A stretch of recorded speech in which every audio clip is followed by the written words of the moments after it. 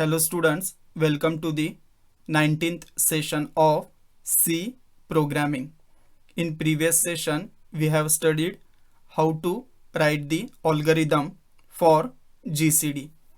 In this session, we will study how to draw the flowchart for GCD.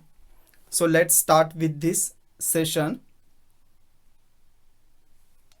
So we know the algorithm to find the GCD of two numbers. Now we will draw the flowchart for finding the GCD of two numbers. So first we will start the flowchart. Next we will read the two inputs. So suppose n1 and n2 are two numbers. Then to declare input we use parallelogram symbol, and in that the statement will be read n1 and n2. Next we will check whether n1 is equal to n2, and if this condition is true, that means values of both n1 and n2 are same. That value will be our GCD. So we can directly print the value. So here you can print either n1 or n2 because both the values are same, and suppose n1 is not equal to n2, then we have to calculate the GCD of two numbers.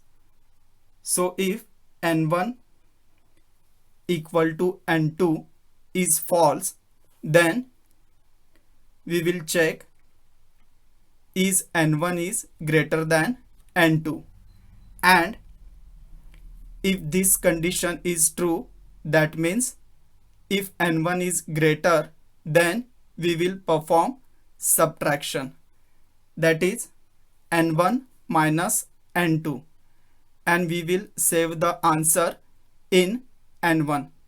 So here value of n1 will change, and suppose if n1 is greater than n2, this condition is false. That means if n2 is greater, then we will perform subtraction, that is n2 minus n1, and we will save the answer in n2.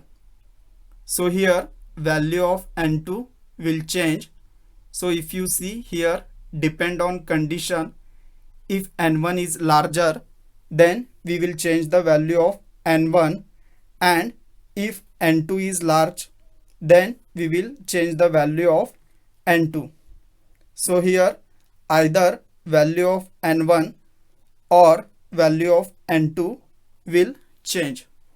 So after changing the value, the control will go back again, and it will check again whether n1 is equal to n2. So depend on condition, it will perform the next flow. So this loop will repeat continuously till the condition is false. When n1 equal to n2 becomes true, the control will go to the print statement. That means when n1 is equal to n2, that will our GCD number. So we can print either n1 or n2 because both values are same. So after printing GCD, we will stop.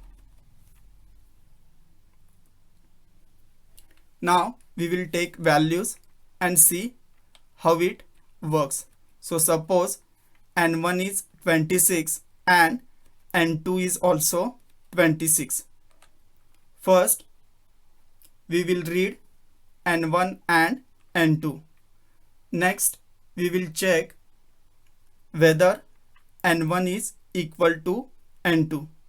So is 26 equal to 26? Yes, it is true.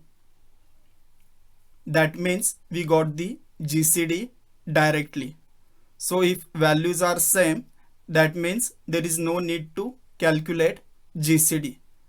So we will print the GCD directly. So you can print either N1 or N2.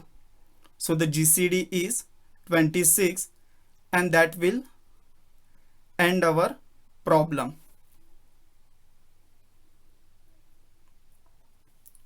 Now we will take different values and see how it works. So suppose N1 is 24 and N2 is 36. So first we will read N1 and N2. Next we will check whether N2 is equal to N1.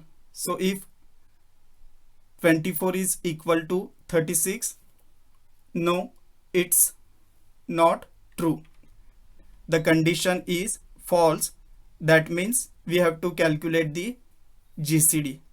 So next we will check whether N1 is greater than N2.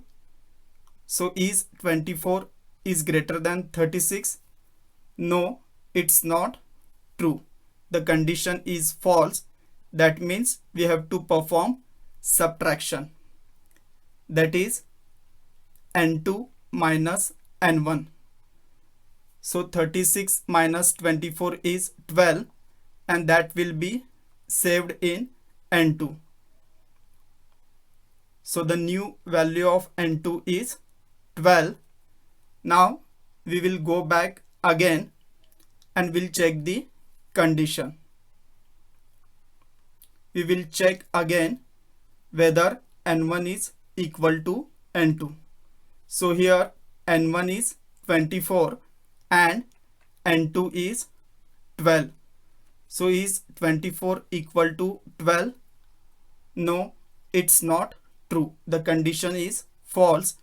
That means we have to calculate the GCD. So next we will check whether N1 is greater than N2. So is 24 is greater than 12? Yes, it is true.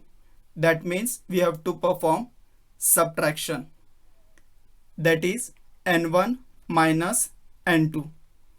So 24 minus 12 is 12 and that will be saved in N1.